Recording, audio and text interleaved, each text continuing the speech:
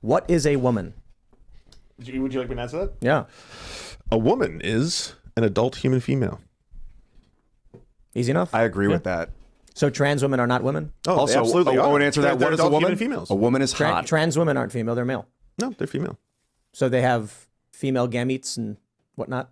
Oh, this is actually very interesting. Do you want to talk about gametes? So in embryonic development, when you have two gametes, obviously the sperm and the egg, they combine, right? Usually it's the 23rd chromosome, the XX or the XY, that is going to determine whether or not someone becomes a male or a female. But that's not always the case. There are exceptions to this, known as people with differences of sexual development, DSDs, or intersex people. It's like there could be other combinations. 0.017 or something? It's on a conservative estimate, 0.6% to 2% of the population. There is more intersex people in America than there are redheads. So there's a lot of intersex people, and that's if you go with the 2%. That's if you go with the 2%. Seamus is completely right, but I do want to add one really interesting thing about this. How does that mean a female is a male? So what's going on, everyone? It's also here today. We're going to continue analyzing this discussion with Tim Pool and Lance of the Serf TV. So we saw the intro. This is from I believe this is from Tim's membership only segment. So you won't be able to find it in the original live stream with him and Lance. And it's so funny. I want to call this video something about word games, because essentially this is what the left is doing. Lance is pretty much playing word games. He was like, adult human female. And then Tim accurately caught it and said, oh, so then trans women aren't women. And he said, yes, they absolutely are. How you do that? You see the cognitive dissonance that this guy just displayed? Right? And then also, I think in his member only segment, Lance also tried to make the argument that a straight man sleeping with a trans woman is not gay, which it is, in my view. It is gay, right? And I also kind of wanted to disagree with Tim on a little bit. He talks about how conservatives, when we call it child mutilation, that it's not a productive way of having a conversation. To me, it was like, it is, because you're calling it for what it is, right? Just like when Tim comes out and say, hey, you're sterilizing kids. It's not the same. I think it would trigger the same response if you said it was child mutilation. But for some reason, when you say it's child sterilization, that doesn't trigger the same response as child mutilation. I don't know. That's just one point I didn't really agree with Tim. And also, I don't even agree with Tim's view that it's a child sex change, because in reality, you didn't change the sex. You just changed the person's appearance. This is just cosmetic surgery. You didn't really change anything structurally or genetically about the person. So I don't even think child sex change is an accurate definition of what they're doing with gender affirming care, or whatever they want to call it. Now, they're going to start talking. Here's a discussion with child sex change between him and Poole. They'll go further in depth in their conversation, and then I'll give my thoughts after the end of the clip. Let's take a look. A really big problem with what I feel on this show is a lot of anti-trans hysteria and fear-mongering that takes place. You want to open that book? I have that book at home. We can talk about that in a second. Yeah. And I'm totally comfortable talking about that book. I've read it. Should it be in schools? I want to talk to you about the trans issue, though, because right. And that's that's why I ask about the book. Okay, it opens the door. We can get to the books and the schools, the curriculums, and everything that Florida's taken away. But you profess to be kind of like fact-based, science-based, right? Yeah. Like you pull up. I've noticed you want to pull up stats and figures and stuff like that. Of course. Why is it that you push propaganda when it comes to trans people? Like what? That is so far beyond the pale. Like what? Okay, let's start with gender affirming care. Mm-hmm. Gender affirming care, you're very, very against. I've heard you call it mutilation. I don't call it mutilation. I've never said that. That's what you say on your show. I do. No, I don't. I don't know if he does. I call it mutilating children. I call it child sex change. When you were talking about Dwayne Wade moving his family, someone in the crowd said, "Why are you mutilating your son?" That was a quote from someone else. I didn't say that. Call it. But then you made. And I've explicitly said I don't take the right agitator approach of calling it mutilation, because that's not effective in having a conversation.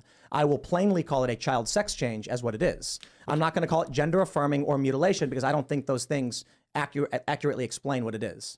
Okay, so when it comes to gender affirming care, 0 to about 10. Are you talking about child sex change? No, I'm talking about gender affirming care. 0 to about 10 years old. You got to define it. The answer is yes. You got to define it, okay? Because if you're talking about something different, tell us what you're talking about. All right, so if someone is trans and they're young, and until they're about 10 years old, before they go through puberty, gender affirming care would be in the form of you using different pronouns, preferred pronouns, and allowing them to dress differently. As you see and heard, he's all for, hey, social sex change or whatever. You present yourself as the opposite gender.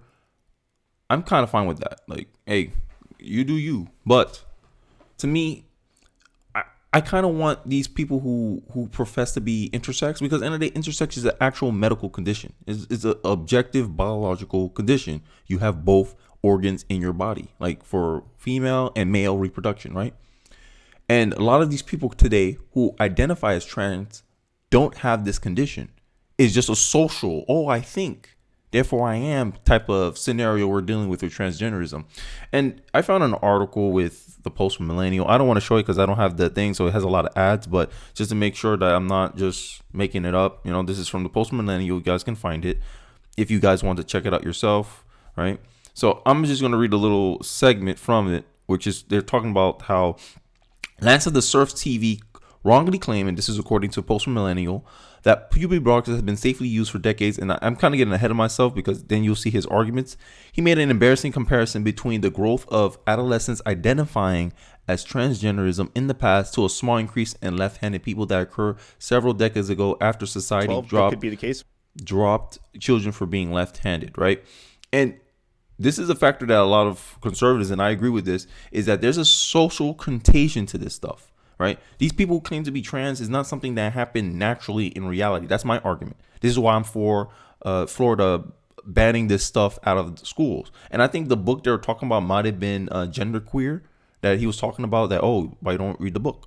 Because I think these books are psychologically conditioning our children and introducing these ideas so that way they start identifying as trans more often. And you have to concede this point, because if you compare the generations before, more LGBT people are identifying as LGBT as we get younger and younger in our generation. And I believe it's due to social contagion that we're introducing these concepts earlier and earlier in our children's education, and we're introducing them to this idea, right?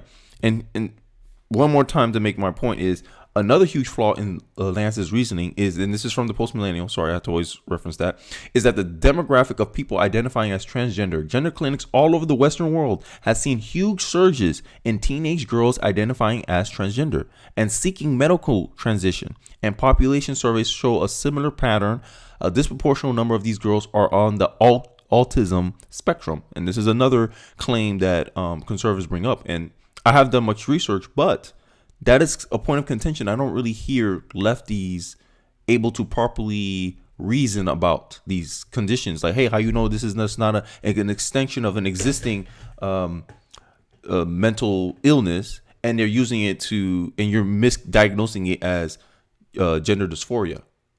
Right? That's an argument I would piece together, right? Many are lesbian, and almost all have coexisting mental health issues, which is true. A lot of people who do these who are transgender, they have already pre-existing medical health issues.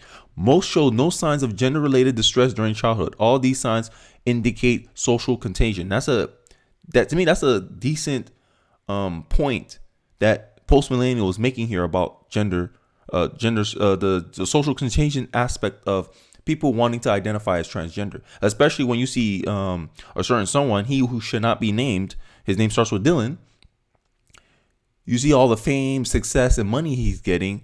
Doesn't that kind of glamorize this stuff? Wouldn't you think it incentivizes our youth to identify more with that movement because they're seeing a material benefit of doing so?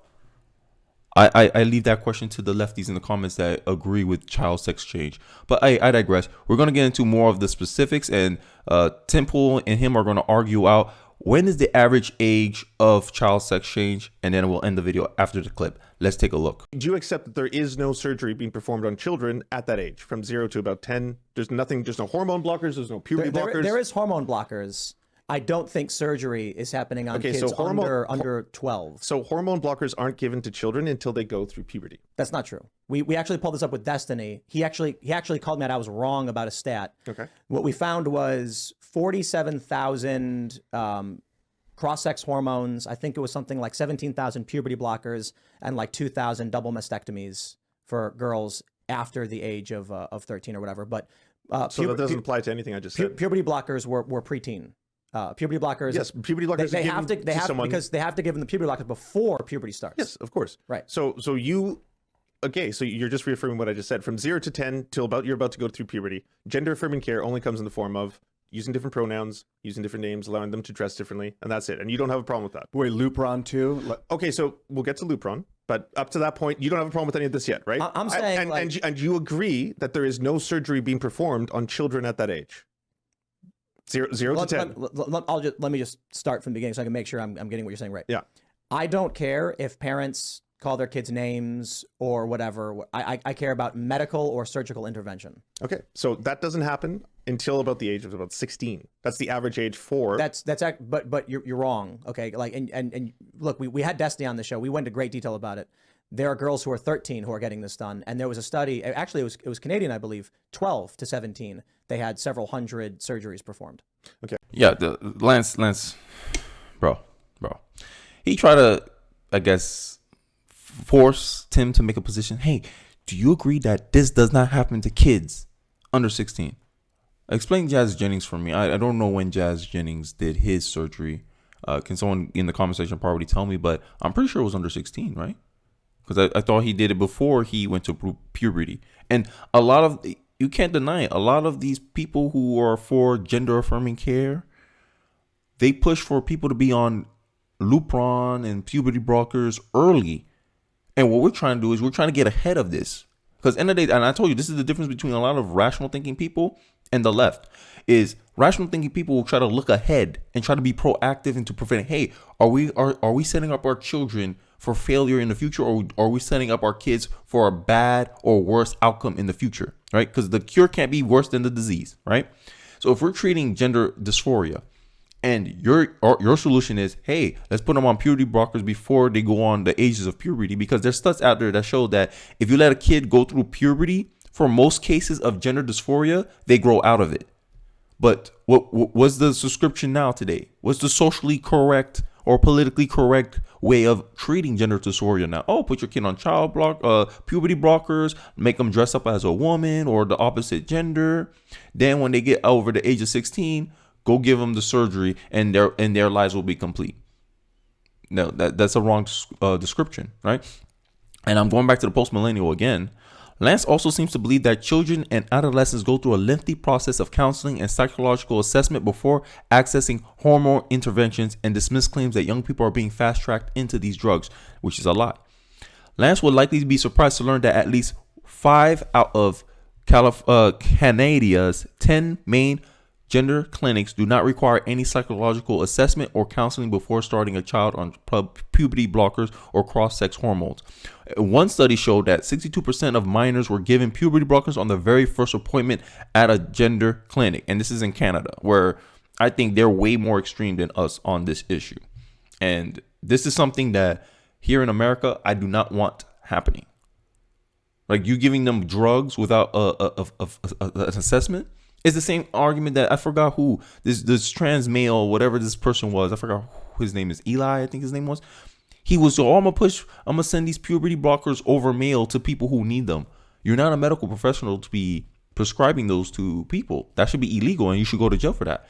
I mean, the boys in the hood that I used to know, they used to go to jail for selling drugs on the block illegally. But we letting Eli out here publicly, is doing all this stuff, sending these pills everywhere, and out in the open, no arrest for him. Crazy, right? This is how much of a social contagion that this transgender stuff have.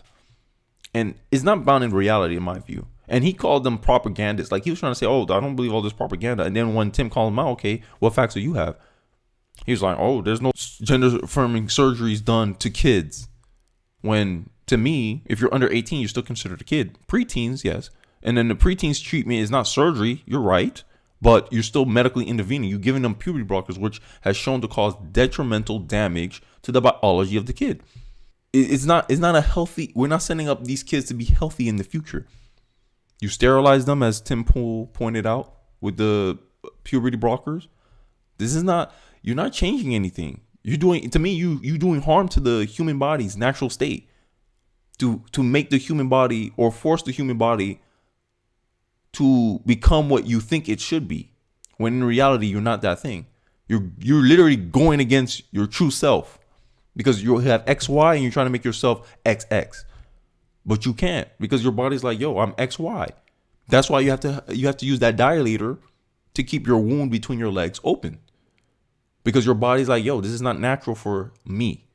and you're having a war with reality. And that's I think this is what this transgenderism really is. War against reality. But I digress. Let me know your thoughts in the comment section. What you guys think about this discussion, this whole I don't know. My brain hurts right now. But I think this will be the last I really talk about this stuff. But I hope you guys enjoyed it. Don't forget to like, comment, subscribe. I really do appreciate it. And I'll see you guys on the next one. Peace.